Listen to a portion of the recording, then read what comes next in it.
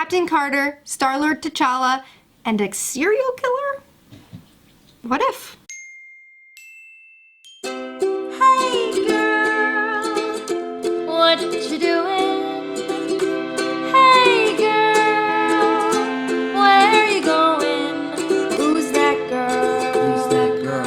Who's that girl? Who's that girl? It's Jordan. DeSantis. Hey everybody, welcome back to my channel. Today we're going to be talking about the Disney Plus series, What If? From Marvel. I'm loving it. I don't know how you guys are feeling thus far, but I personally am loving it. I love thinking about hypotheticals and like what could happen.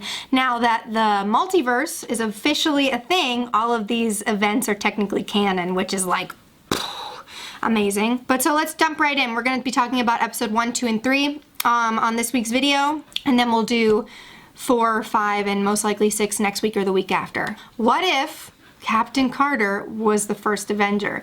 What if something went drastically wrong in the meeting? What if she decided to stay, instead of going up in the glass safe room, she was down in the main room? Disaster ensued. Steve got shot, and she was the only one viable to get into the super soldier machine, so she became the first super soldier and essentially became Captain Carter. She had her Star-Spangled Banner uniform, you know, dealt with some crap because she was a woman. What could a woman do? But I've never seen anybody kick a Nazi's butt so hard, so I was totally fine with it. Actually, if I'm being quite frank, it's my favorite episode out of the 3 of these. They're all good. I've really enjoyed them all, but I love Peggy Carter. Zuko is dragging his bone around in his crate and it's loud.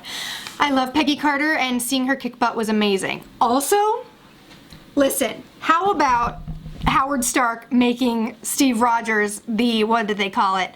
The Nazi Crusher? The Hydra Stomper, of course. I was like, the Nazi Crusher? No, the Hydra Stomper for Steve was awesome. That was so cool, and it was so well done for him. But the scene with the train, where Bucky typically, in the universe that we know, the timeline that we know, where he falls to his demise and then becomes a Winter Soldier, instead, Steve blew up at the front of the train, and I was like, oh my gosh, is he about to become the Winter Soldier? What's happening right now? He was in a suit. How would they do it? Blah, blah, blah, blah, blah, blah, blah. They end up going to this Hydra base. We see Peggy Carter dealing with what she believes to be the loss of Steve Rogers, which I was like, heartbreak. Oh no, oh no. But you know, Howard said that the Hydra Stomper was impenetrable. And he was right, because when they got to the place where Hydra was doing their nefarious deeds, he was being held captive. They don't ever talk about whether or not that means that he becomes the Winter Soldier, if they did anything to him. We don't get to that part in the episode. We just see them trying to summon this horrible beast that ends up killing the Red Skull. And I was like, you know, well, maybe he didn't die, but it did definitely take him. They're all really brief. The episodes are only about 23 minutes each, which I think is best because they don't want to give us too much. They're just like, it's a snippet. It's supposed to be a snapshot. It's like a comic book. It's not the whole story. It's just a segment of the story. And it's even animated like a comic book, and I love it. Like, I can't express enough how much in this first episode I enjoyed the action. There's so much more you can do when it's animated, because with people, as good as CGI is and as great as the stunts are, they can only do so much. With animation, though, you can do pretty much whatever your mind can envision, and she was so brutal in her fighting, and I absolutely loved every single second of it. And the fact that she ended up being the one to sacrifice herself, pushing this tentacle beast back through the portal, and Steve going through the loss of losing her, and then her coming out and realizing it's years and years and years in the future, and having to deal with that loss, it's just as heartbreaking, because it's still like you lost everyone you loved because they're not who you knew them as. So many years have gone by. It's devastating. I loved it. Episode 2, what if T'Challa had become Star-Lord? I think it's interesting because they start these episodes and I know it's generally different, but how they get there is always really interesting to me. Like the fact that they just mistook T'Challa for Peter Quill, and Yondu was like, dude, they don't even look similar. And they were like, he's got 3 face holes. That was all we were looking for. He ends up becoming a Star-Lord, kind of like a space Robin Hood, stealing from the rich and giving to the poor. It was so cool. I think also another one of my favorite things in these episodes is all of the Easter eggs. Like when Nebula was a good guy. Oh, sorry. I've missed like the entire moment of this. All T'Challa had to do was talk to Thanos and talk him down, and he just decided that he didn't want to do that anymore. Thanos continuously justifying genocide throughout this whole episode is actually hysterical. It's gonna keep happening. This is gonna keep being a running bit where he's like, everybody's like, it's genocide, and he's like, but Like, no! That episode was really entertaining. It's like, what's up with the Collector being just about as ripped as possible? I mean, the dude was jacked. And then we saw things like, what did we see? What all did he fight with? I feel like he fought with Cap's shield. He fought with a bunch of really cool weapons that were all things that were like, we're familiar with. And T'Challa held his own. And then eventually he went back to Wakanda because he didn't realize that they were still searching for him. And I was like, oh. And now he's gonna be able to bring maybe like galactic peace. Oh my gosh, I loved it. The first 2 episodes, they had like their emotional crutches, the like stuff that hurt deep down inside. But at the end of the day, I was pretty happy. Like, it was, they're feel-good stories. It's like, oh, I really like that. We get on to episode 3. It's not the same story. This is, what if the world lost its mightiest heroes? A serial killer targets all the Avengers. So first I'm like, literally every villain we've ever faced has not been able to kill all the Avengers. So who the heck is doing this? And succeeding, mind you. We start out with Tony Stark and the donut. Natasha tries to cure him. Natasha gets framed for the death of Tony Stark, yada yada yada. I was like, okay, the people who are human, it's understandable how they're so easy to kill, but like nobody had access to Hawkeye. Hawkeye straight up shot Thor. We were like, what is going on? So now Iron Man's dead. Thor's dead. Hawkeye's in his cell. Nobody goes in or out. He dies. He just keels over. Hawkeye's now dead. Now, of course, Natasha is being sent to clear her name, so she goes to a scientist that leads her to Bruce Banner. Okay, so we're with Bruce Banner now. The Hulk can't be killed, right? Actually, he can. Straight up explodes. It was absolutely wild. I was like, how are they going to kill the Hulk? He can't kill the Hulk. And then he starts growing and growing and growing, and poof.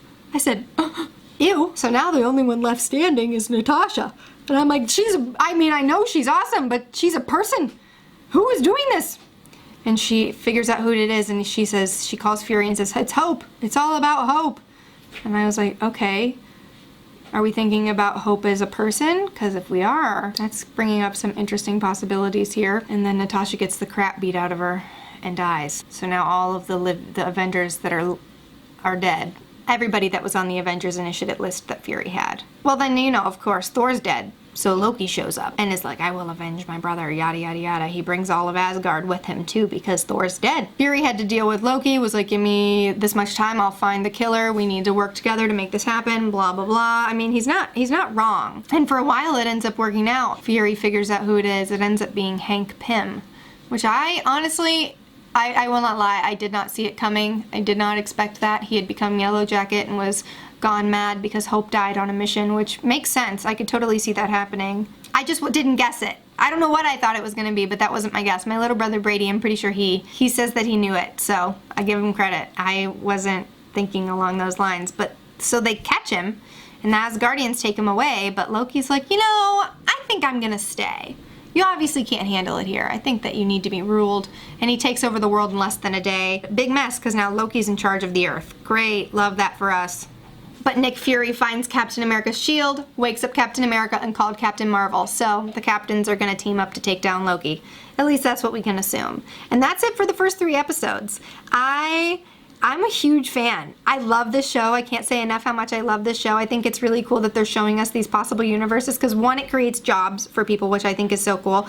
And it also is just fun to think about what would happen if this happened, what would happen if that happened, because the fun thing about fiction and about universes that have multiverses is that there's infinite universes. Infinite possibilities, infinite choices. So if you can think of it, most likely it happened in a universe somewhere. What if? I really, really want Disney to do a what if for Star Wars. I think that would be so much fun. I know that like the whole point of doing it with Marvel now is because the multiverse is a thing because of the ending of Loki, but still, if you did a what if about Star Wars, people would eat that up. Like, what if Anakin never became Darth Vader? What if Luke had joined the dark side? What if Ben Solo didn't die? What if R2-D2 was never created? What if Leia had become a Jedi instead of Luke? There's so many possibilities, like what if Obi-Wan had joined the dark side?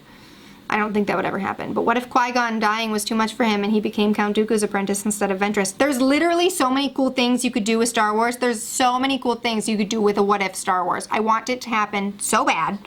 I don't know that they will, but I want it to happen so bad. What if Order 66 never happened? What if the Jedi never fell? What if Palpatine didn't come back to life because everybody wishes that was the truth anyway? But enough about that. I'm loving this show. I'm loving everything that it's doing. I think that my favorite out of the three was Captain Carter. Which has been your favorite so far out of what if Captain Carter was the first Avenger? What if T'Challa became Star-Lord? And what if the world lost its mightiest, what if the world lost its mightiest heroes? Which is your favorite? Comment below. And would you like to see a What If Star Wars? If so, comment below and what some things you'd like to see are. I'd love to hear it. Thank you guys so much for watching this video. Thank you for supporting my channel. I love you 3,000 lovelies. Bye. Who's that girl? Who's that girl? Who's that girl? Who's that girl? It's Jordan. Zuko, what are you doing on? Huh? What are you doing? What are you doing? He's so cute. Focus on me. Focus on me. Yeah! Captain Carter.